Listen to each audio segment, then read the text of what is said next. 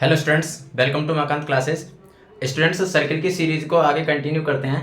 बेटा, इससे पहले हम एक्सरसाइज 9.2 कंप्लीट कर चुके हैं। अब हम एक्सरसाइज 9.3 से पहले जो एग्जांपल्स हैं उनको सॉल्व करते हैं और उसके बाद में कल की क्लास में एक्सरसाइज 9.3 को कंप्लीट कर लेंगे। आई होप कि कल ये सर्किल वाला चैप्टर कंप्लीट हो जाएगा। अगर कल नहीं हुआ तो परसों तो ऑलमोस्ट हो जाएगा। ठीक है, तो इसके बाद में कौन सा चैप्टर लेना है वो आप कमेंट बॉक्स में कमेंट करके बता देना, तो वही चैप्टर हम पहले ले लेंगे। क्लियर है? चलिए आज की क्लास को शुरू करते हैं। देखो, आपकी स्क्रीन पर आपको एग्जाम्पल नंबर 2 दिखाई दे रहा होगा। मेरे पास ये बुक है, उसमें से मैं देख रहा हूं। देखो, एग्जाम्पल 2 में आपको क्या बोला है? AB is a diameter of this circle. मैंने डायग्राम आपको यहाँ पर बना के दिया हुआ है। ठीक है, तो इसमें देखो क्या दे रखा है कि AB is a diameter of circle, एक डायमीटर है सर्किल का। CD is a chord equal to the radius. ये जो CD कॉर्ड है वो रेडियस के इक्वल है। ठीक है, अब आप एक चीज समझना, अगर ये CD कॉर्ड है वो रेडियस के इक्वल है तो यहां से मैं कह सकता हूं कि COD, ये जो ट्रायंगल बन रहा है वो कैसा होगा बेटा? इक्विलेटरल ट्रायंगल होगा। क्यों होगा? बिकॉज CO और OD ये दोनों क्या है? इसकी रेडियस है, और आपको दिया हुआ है कि जो CD कॉर्ड है वो रेडियस के इक्वल है, मतलब इसकी तीनों साइड कैसी हो गई? इक्वल हो गई। अगर इसकी तीनों साइड इक्वल हो गई दैट मीन कि ये क्या हो गया बेटा? इक्विलेटरल ट्रायंगल हो गया। क्लियर है? ओके, आगे पढ़ते हैं। CD is a chord equal to the radius of the circle. AC and BD when extended intersect at point E. BC और AD देखो, सॉरी AC और BD, AC ये AC है और ये BD है। इन दोनों को, AC को आगे एक्सटेंड किया गया और BD को भी आगे एक्सटेंड किया गया, तो दोनों कहां पर मिलते हैं? पॉइंट E पर मिलते हैं। Then prove that angle AEB equals to 60 degree. आपको ये प्रूव करना है कि एंगल AEB कितना होगा बेटा? 60 डिग्री का होगा। यानी ये एंगल AEB का मतलब ये वाला एंगल है वो 60 डिग्री का होगा। ये आपको प्रूफ करना है। क्लियर है? ये आपको प्रूफ करना है। अब देखो कैसे प्रूफ करेंगे। देखो, यहां पर मैंने आपको जो सर्किल की प्रॉपर्टीज बताई थी, शायद फर्स्ट या सेकंड या थर्ड कोई सी क्लास में बताई थी मैंने सर्किल की प्रॉपर्टी। आप प्लेलिस्ट में जाके वो चेक कर सकते हो।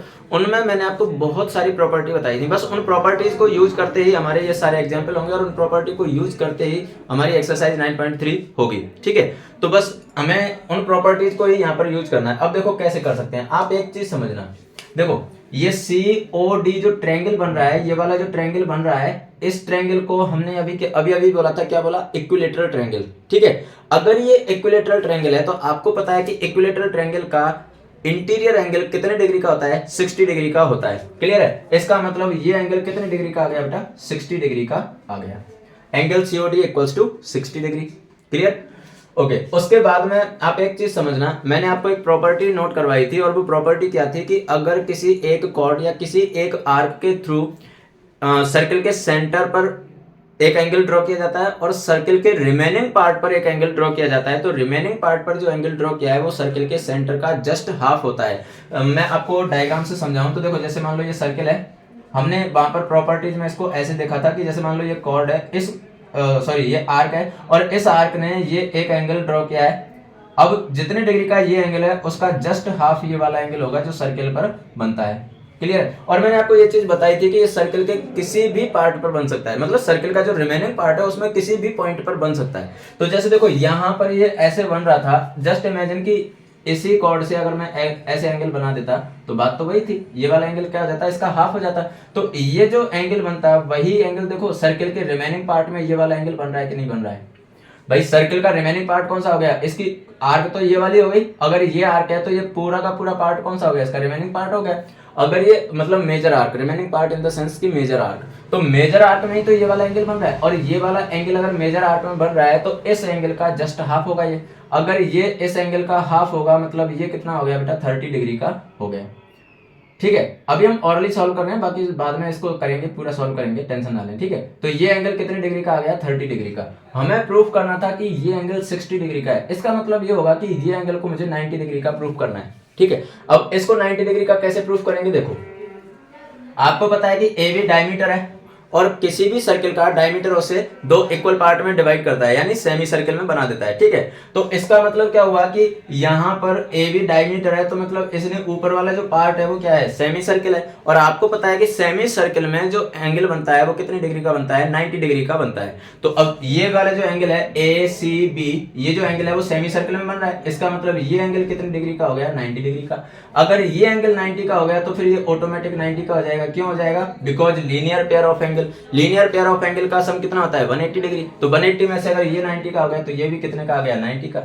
अब आप ऐसे देखो कि ट्रायंगल BCE, इस वाले ट्रायंगल को अगर आप देखोगे, मैं जब इसको सॉल्व करवाऊंगा तो एक एक डायग्राम को उठाते चलूंगा ताकि आपके और अच्छे से समझ में आ जाए। ठीक है, तो अब इसमें देखो ये एंगल हमने 30 का निकाल लिया था, ये 90 का निकाल लिया, 90 और 30 कितने हो गए, 120। ट्रायंगल के तीनों इंटीरियर एंगल का सम कितना होता है, 180। 180 में से 120 माइनस कर दोगे तो ये एंगल कितने का आ जाएगा, 60 डिग्री। यही हमें प्रूफ करना था। क्लियर है, चलिए, तो ये तो बात हो गई इसके रफ आइडिया की। अब हम इसको सॉल्व करते हैं कंप्लीटली। ठीक है, तो देखो कैसे सॉल्व करेंगे। देखो इसके सॉल्यूशन की बात करते हैं, तो इसके सॉल्यूशन में आप लिख सकते हो कि arc CD equals to radius CO equals to radius OD। भाई रेडियस तो कोई सी भी हो, रेडियस तो सारी की सारी कैसी होती हैं, इक्वल होती हैं, और कॉर्ड आपको दे रखी है कि ये रेडियस के इक्वल है। तो आप कह सकते हो therefore triangle COD is an equilateral triangle. Clear है, इज एन इक्विलैटरल ट्रायंगल। अब अगर ये इक्विलैटरल ट्रायंगल है तो आप बोल सकते हो इक्विलैटरल ट्रायंगल का इंटीरियर एंगल कितने डिग्री का होता है, 60 डिग्री का। तो इसका मतलब है COD भी 60 का होगा, OCD भी 60 का होगा, CDO भी 60 का होगा, तीनों 60 के होंगे। तो implies angle COD equals to 60 degree.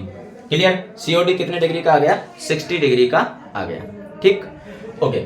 उसके बाद में आप देखो, आप लिख सकते हो कि angle CBD equals to 1/2 of angle COD। अब ये इसका हाफ क्यों हुआ, आप लिख सकते हो angle drawn by same arc on the remaining part of circle is half of angle drawn at center of circle। ये प्रॉपर्टीज है जो हमने पढ़ी थी। ठीक है, तो मैंने पूरी प्रॉपर्टी लिख दिया कि किसी भी आर्क के थ्रू सर्किल के सेंटर पर जो एंगल बनता है उसका जस्ट हाफ कहां पर बनता है, उसके रिमेनिंग पार्ट पर बनता है। ठीक है, तो यहां से आ जाएगा बेटा angle CBD equals to 1/2 into COD कितना है, 60 डिग्री है, तो 1/2 यानी ये कितना आ गया बेटा, 30 डिग्री आ गया। तो एंगल CBD कितना आ गया, 30 डिग्री। उसके बाद में now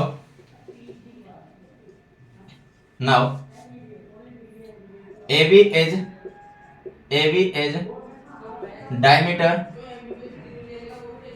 diameter, therefore angle ACB equals to 90 degree. और ये 90 का क्यों हुआ, आप रीजन लिख सकते हो angle drawn in semi circle, angle drawn in semi circle. Clear है, angle drawn in semi circle, तो सेमी सर्किल में कितने डिग्री का एंगल बनता है, 90 डिग्री का। क्लियर है, तो अब देखो जब ACB 90 का आ गया तो आप लिख सकते हो कि angle ACB plus angle BCE equals to 180। और ये 180 क्यों हुआ, because linear pair of angle. Clear है, तो देखो ACB आपने जस्ट अभी निकाला, ACB कितना आ गया, 90 डिग्री। तो 90 degree plus angle BCE equals to 180 degree. तो angle BCE equals to 180 minus 90 degree, तो कितना आ जाएगा, 90 डिग्री। एंगल BCE 90 का आ गया। ठीक है, ये 90 का आ गया, ये 30 का आ गया, तो अब ये ऑटोमेटिक कितने का हो जाएगा बेटा, 60 डिग्री का हो जाएगा। क्लियर है? तो यहाँ से मैं इरेज कर रहा हूँ ताकि हम आगे इसको सॉल्व कर सकें।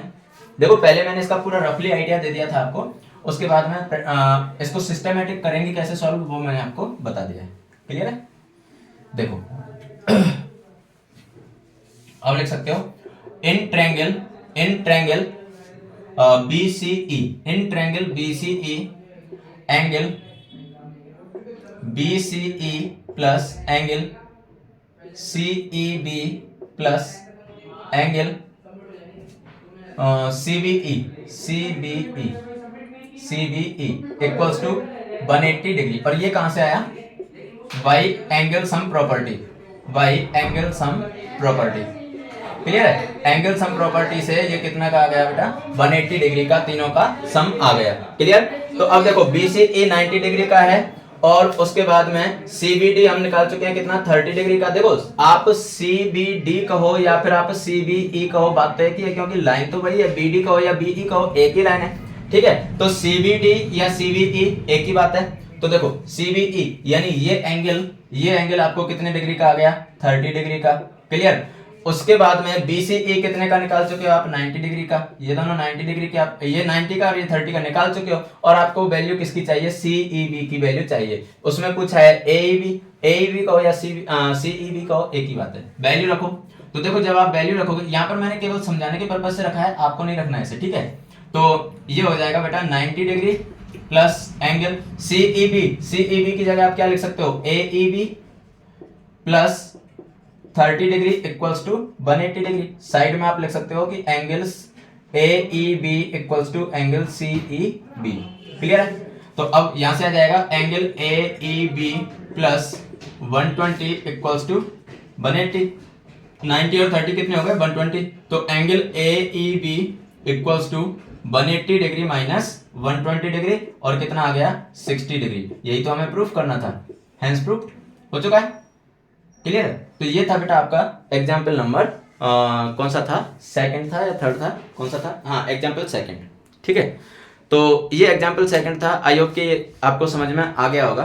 फिर भी अगर कोई क्वेरी है तो आप एक बार वीडियो को रिवाइड करके देख सकते हो, और फिर भी कोई डाउट रहता है तो आप कमेंट बॉक्स में कमेंट कर दीजिए। क्लियर है? चलिए अब हम चलते हैं एग्जाम्पल नंबर थर्ड पर। देखो बेटा एग्जाम्पल थर्ड आपको दिया हुआ है, डायग्राम तो आपके सामने बना हुआ है और क्वेश्चन आपको स्क्रीन पर दिखाई देगा, मैं यहाँ पर पढ़ रहा हूँ। तो देखो एग्जाम्पल थर्ड में क्या बोला है, ABCD is a cyclic quadrilateral in which AC and BD are its diagonal. ABCD जो दे रखा है आपको, ये क्या दे रखा है, साइक्लिक क्वाड्रिलेटरल दे रखा है जिसमें AC और BD ये दोनों क्या है बेटा, इसके डायगोनल हैं। ठीक है? आगे क्या बोला है, if angle DBC equals to 55 degree. देखो एंगल DBC यानी ये एंगल आपको कितना दे रखा है बेटा, 55 डिग्री का दे रखा है। ठीक है? आगे बोला है, आगे क्या बोला है कि and BAC equals to 45 degree. BAC ये कितना दे रखा है आपको, 45 डिग्री दे रखा है। तो आपसे पूछा है देन फाइंड एंगल BCD यानी ये वाला एंगल है वो आपको फाइंड आउट करना है। अब देखो बहुत आसान सा क्वेश्चन हो गया। आसान क्वेश्चन कैसे हो गया, आप बिना पेन चलाए भी इसका आंसर कर सकते हो। कैसे, देखो ध्यान करो आप, सर्किल की प्रॉपर्टीज में मैंने आपको क्या बताया कि अगर किसी एक ही कॉर्ड के थ्रू सेम सेगमेंट में अगर कोई एंगल ड्रॉ किए जाते हैं तो वो एंगल कैसे होते हैं बेटा, इक्वल होते हैं। क्लियर है? तो अब देखो आप ऐसे समझना कि जैसे ये CD कॉर्ड है तो CD कॉर्ड से ही कौन सा एंगल बन रहा है बेटा, ये DBC जो आपको कितना दिया हुआ है, 55 डिग्री। अब आप एक चीज समझना कि इस कॉर्ड से जैसे ये एंगल बन रहा है, सिमिलरली इसी कॉर्ड से तो ये वाला एंगल बन रहा है DAC। अब जैसे देखो ये एंगल है जो इस कॉर्ड से बन रहा है, तो सिमिलरली ये एंगल भी तो इसी कॉर्ड से बन रहा है। क्लियर है? दोनों सेम ही कॉर्ड से बन रहे हैं, तो इसका मतलब ये एंगल 55 का है तो ये एंगल भी कितने का होगा, 55 का हो गया।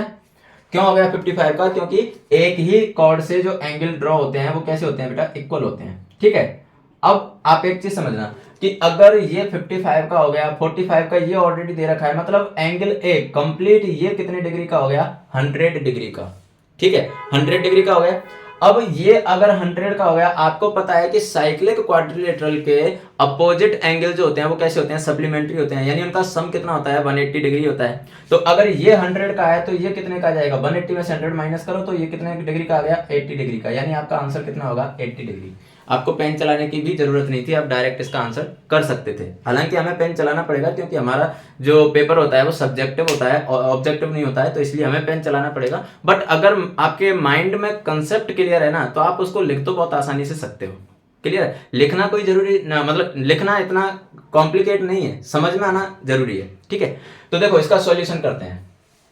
तो आप लिख सकते हो कि angle DBC equals to 55 degree given, ये आपको दे रखा है। ठीक है, तो angle DAC equals to angle DBC, और ये क्यों इक्वल हुए? Angle drawn by same chord CD in same segment. एक ही सेगमेंट में एक ही कॉर्ड के थ्रू जो एंगल बन रहे हैं वो इक्वल होते हैं। तो यहां से आप लिख सकते हो कि एंगल DAC इक्वल्स टू कितना आ गया बेटा? 55 डिग्री। ठीक है, उसके बाद में आप लिख सकते हो कि एंगल A या A की जगह आप लिख लो angle DAB equals to angle DAC plus angle BAC। ठीक है, अब देखो DAC तो आपने जस्ट अभी निकाला था, तो ये आ जाएगा DAB इक्वल्स टू DAC तो अभी निकाला 55 डिग्री प्लस BAC ये 45 आपको दे रखा है 45। आप लिख सकते हो कि angle BAC equals to 45 degree given. Clear है? तो देखो एंगल DAB इक्वल्स टू कितना आ गया बेटा? 100 degree. Angle DAB equals to 100 degree. उसके बाद में now angle DAB plus angle BCD। आपसे कौन सा एंगल पूछा है? BCD ही पूछा है ना, आपसे पूछा है एंगल BCD। हाँ, तो देखो angle BCD equals to 180 degree, और ये क्या हुआ? Opposite angle of cyclic quadrilateral. Clear है? तो देखो DAB plus BCD equals to 180 degree, और DAB आपको कितना दे रखा है? 100 डिग्री। तो 100 degree plus angle BCD equals to 180 degree.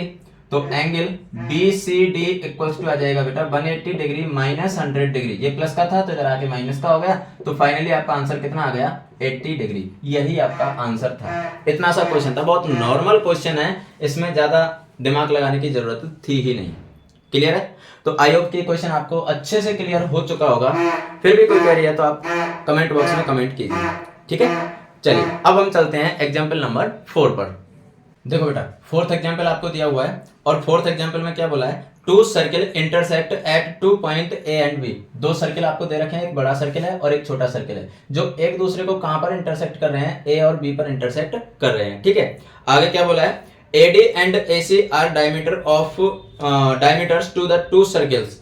AC ये वाला और AD ये वाला, ये दोनों क्या है? दोनों अलग अलग सर्किल के क्या है? डायमीटर है। ठीक है, ये दोनों क्या है? डायमीटर है। अगर ये डायमीटर है तो फिर इसने बोला है कि prove that B lies on the line segment CD। आपको प्रूफ करना है कि जो B पॉइंट है वो लाइन सेगमेंट CD पर लाई करेगा, यानी लाइन सेगमेंट CD पर ये होगा। ठीक है, अब देखो इसको प्रूफ हम कैसे करेंगे? बहुत नॉर्मल सा क्वेश्चन हो चुका है ये तो बेटा। देखो इसको अगर हमें ये प्रूफ करना है कि B इस CD लाइन सेगमेंट पर है, मतलब हम सिर्फ इतना प्रूफ कर दें कि ये एंगल और ये एंगल दोनों कैसे हैं? लीनियर पेयर ऑफ एंगल हैं। अगर ये लीनियर पेयर ऑफ एंगल होंगे तो इसका मतलब ये एक स्ट्रेट लाइन पर होंगे। ठीक है, और linear pair of angle proof करने के लिए हमें क्या प्रूफ करना पड़ेगा? कि इनका सम क्या है? 180 डिग्री है। और सम 180 डिग्री प्रूफ करना हमारे लिए बहुत आसान काम है। क्यों है? देखो गिवन और टू प्रूफ वगैरह वो तो आप देख सकते हो। ठीक है, चलो मैं लिख देता हूं गिवन टू सर्कल्स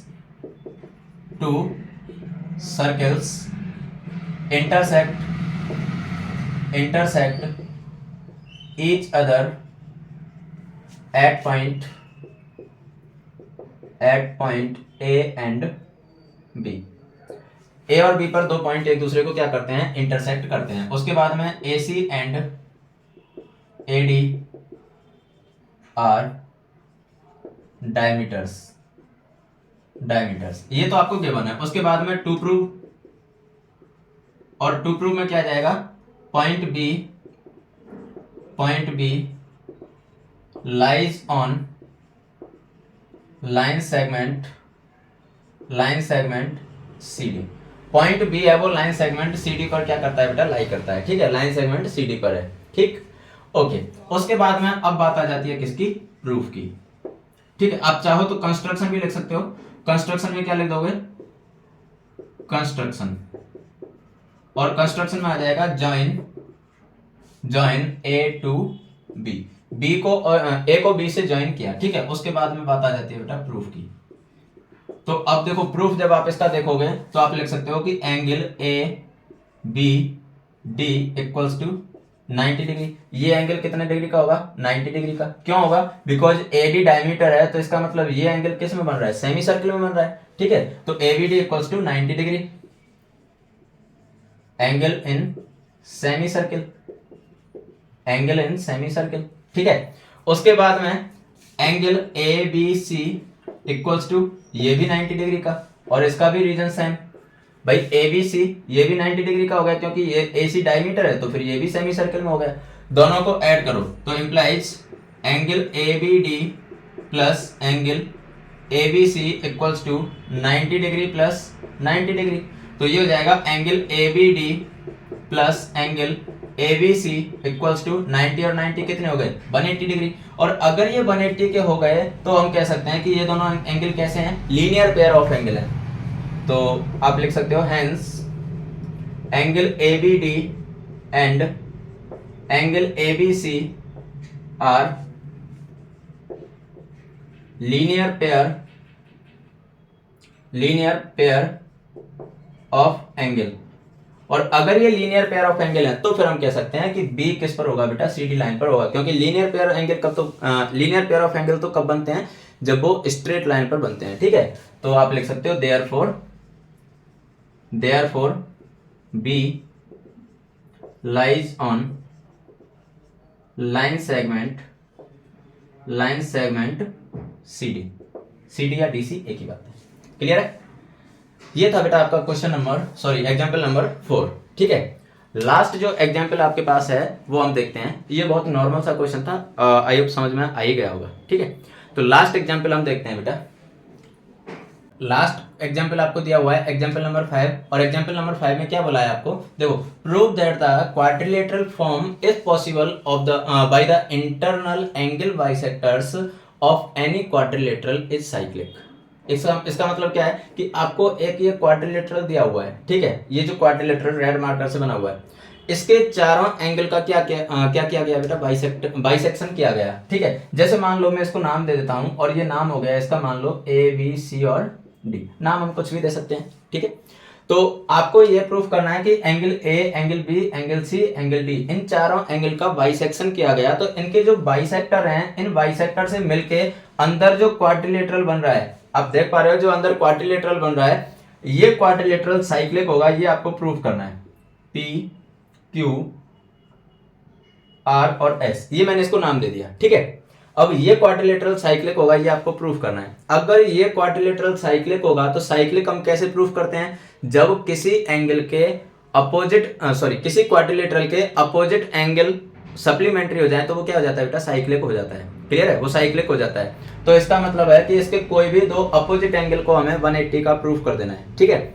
यानी अगर मान लो मैं एंगल P और एंगल R इन दोनों को 180 का प्रूफ कर दूं, या फिर एंगल S और एंगल Q को 180 का प्रूफ कर दूं। ठीक है, ये है। तो अब देखो इसको कैसे सॉल्व करेंगे, तो इसके लिए हम सॉल्यूशन लिखते हैं। गिवन आप लिख सकते हो ABCD is a quadrilateral, ABCD is a quadrilateral comma AS BS CQ and DQ are angle bisectors.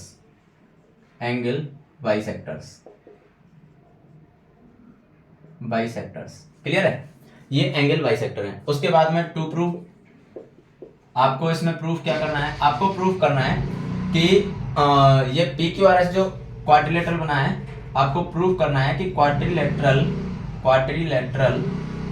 PQT R S is cyclic. ये आपको प्रूफ करना है। अब हम बात करते हैं किसकी, प्रूफ की। देखो अब हम इसके अगर प्रूफ की बात करें तो आपको पता है कि एंगल ए डी पी यानी ये angle plus angle D A P यानी ये एंगल और एंगल ए पी डी यानी ये एंगल, इन तीनों का सम कितना होगा बेटा, 180 डिग्री होगा। ठीक है, तो हम लिख सकते हैं कि angle A D P plus angle D A P plus angle A P D equals to 180 degree. और ये कहां से आया, y angle sum property in triangle A P D. Triangle A P D में एंगल सम प्रॉपर्टी हमने लगाई तो ये आया। ठीक है, अब आप एक चीज समझना कि DAP आपको ये दे रखा है कि AS क्या है, इसका एंगल बाइसेक्टर है, तो इसका मतलब है एंगल DAP और एंगल BAP ये दोनों एंगल इस एंगल A का हाफ होगा कि नहीं होगा, बिल्कुल होगा। बाइसेक्शन का मतलब क्या होता है, हाफ करना। ठीक है, तो आप लिख सकते हो, देखो एंगल ADP इसको लिख सकते हो आप हाफ ऑफ एंगल D, और ऐसे ही DAP को लिख सकते हो हाफ ऑफ एंगल A। ठीक है, तो इसकी जगह मैंने लिखा half of angle D plus DAP यानी इसकी जगह आप लिख सकते हो half of angle A, half of angle A plus angle APD की जगह यही रहने दो क्योंकि ये किसी का हाफ नहीं है, तो angle APD equals to 180 degree. तो यहां से अगर आप एंगल APD की वैल्यू निकालोगे तो एंगल APD इक्वल्स टू कितना आ जाएगा बेटा, 180 minus half of angle A minus half of angle D। देखो APD की जगह APD था, यहाँ 180 था, ये दोनों प्लस के थे, इधर आए तो माइनस के हो गए। ठीक है, अब यहां से आप एक चीज समझना कि जैसे आपने लिखा एंगल APD तो APD SPQ इसके इक्वल होगा कि नहीं होगा, क्योंकि दोनों वर्टिकली अपोजिट हैं। तो आप लिख सकते हो implies angle SPQ equals to angle APD, और ये क्यों हुए, बिकॉज वर्टिकली अपोजिट एंगल है, वर्टिकली अपोजिट एंगल। हमने क्यों निकाला ये, क्योंकि देखो हमने अभी हमारे पास कौन सा आया, APD मतलब ये वाला एंगल, इससे तो हमें मतलब ही नहीं है, हमें तो इस क्वाड्रिलेटरल के एंगल से मतलब है, तो इसलिए हमने ये निकाला ताकि इसके वर्टिकली अपोजिट में इसको इक्वल बोल पाऊं। क्लियर है, ओके। उसके बाद में आप लिख सकते हो कि angle SPQ equals to APD की जगह ये वाली वैल्यू रखो 180 degree minus half of angle A minus half of angle D, half of angle D। Clear है, इसको दे दिया मैंने इक्वेशन नंबर 1। ठीक, देखो ये SPQ इसकी वैल्यू आ गई। अब आप जैसे आपने ये काम किसमें किया, ट्रायंगल APD में, सिमिलरली अगर आप BRC इस वाले ट्रायंगल में करोगे तो यहां से ये वाला एंगल मिल जाएगा हमें। क्लियर है, तो हम आगे लिख सकते हैं कि सिमिलरली, इतना कुछ करने की हमें जरूरत नहीं है, आगे डायरेक्ट लिख सकते हैं कि similarly angle SRQ equals to 180 degree minus, यहां पर देखो half of angle A and half of angle D था, यहां क्या आ जाएगा B और C। ठीक है, तो minus half of angle B minus half of angle C, ये हो गया इक्वेशन नंबर 2। अब आपको क्या प्रूफ करना था कि अगर ये दोनों अपोजिट एंगल का सम 180 डिग्री हो जाए तो फिर ये क्या हो जाएंगे, ये क्वाड्रिलेटरल क्या हो जाएगा बेटा, साइक्लिक हो जाएगा। तो इसका मतलब आपको क्या करना है, अब इन दोनों इक्वेशन को ऐड करना है। ठीक है, तो आप आगे लिख सकते हो by adding इक्वेशन 1 एंड 2, 1 और 2 दोनों को आपने ऐड किया तो देखो यहां से आ जाएगा कि एंगल, चलो मैं इसको ऊपर ऐड करता हूं क्योंकि यहां पर स्पेस थोड़ा कम रहेगा तो समझने में थोड़ी प्रॉब्लम हो सकती है, तो मैं इसको ऊपर ऐड करता हूं, यहां से रेज कर रहा हूं मैं।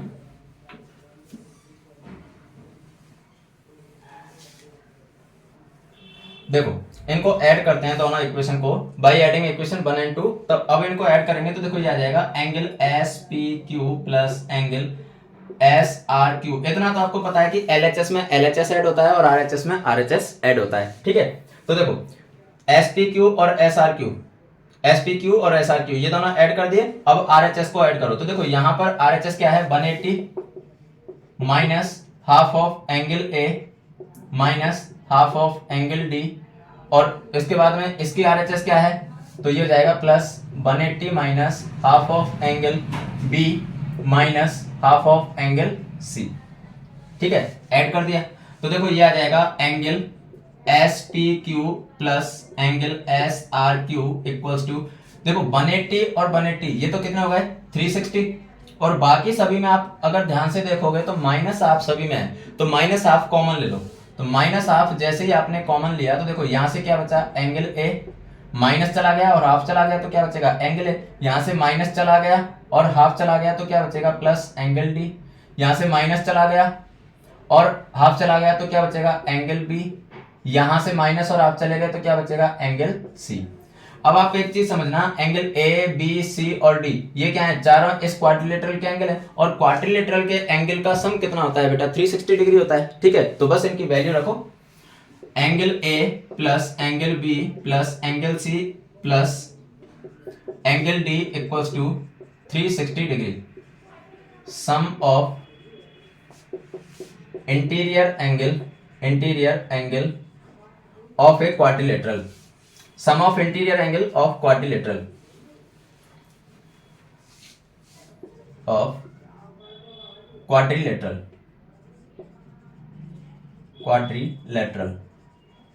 बस अब यहां से ये वैल्यू यहां पर रख दो, तो देखो ये आ जाएगा angle S P Q plus angle S R Q equals to 360 minus 1/2 into इसकी जगह आप क्या रख सकते हो 360।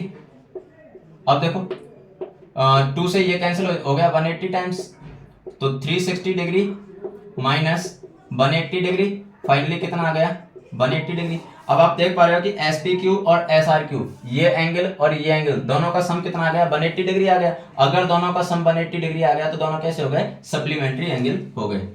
तो therefore angle SPQ and angle SRQ are supplementary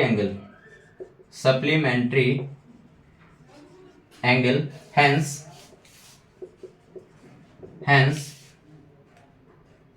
quadrilateral PQRS is cyclic, और यही हमें प्रूफ करना था। तो यहां पर बेटा आपके टोटल एग्जाम्पल हो जाते हैं कंप्लीट, ठीक है। तो चलिए आज की क्लास को तो हम यहीं खत्म करते हैं, काफी लंबी क्लास हो चुकी है, आज की क्लास को खत्म करते हैं और कल की क्लास में हम एक्सरसाइज 9.3 को कंप्लीट करेंगे और इसके साथ में ये चैप्टर कंप्लीट हो जाएगा, ठीक है। चलिए, तो अगर इनसे रिलेटेड कोई क्वेरी है तो आप कमेंट बॉक्स में कमेंट कर सकते हैं, और तब तक के लिए आप लोग पढ़ते रहें, और एग्जाम आ रही है तो थोड़ा पढ़ने पर बेटा ध्यान दें, ठीक है। चलिए, तो पढ़ते रहिए, हंसते रहिए, मुस्कुराते रहिए, खेलते रहिए और सफलता की ओर बढ़ते रहिए। Thank you, bye bye.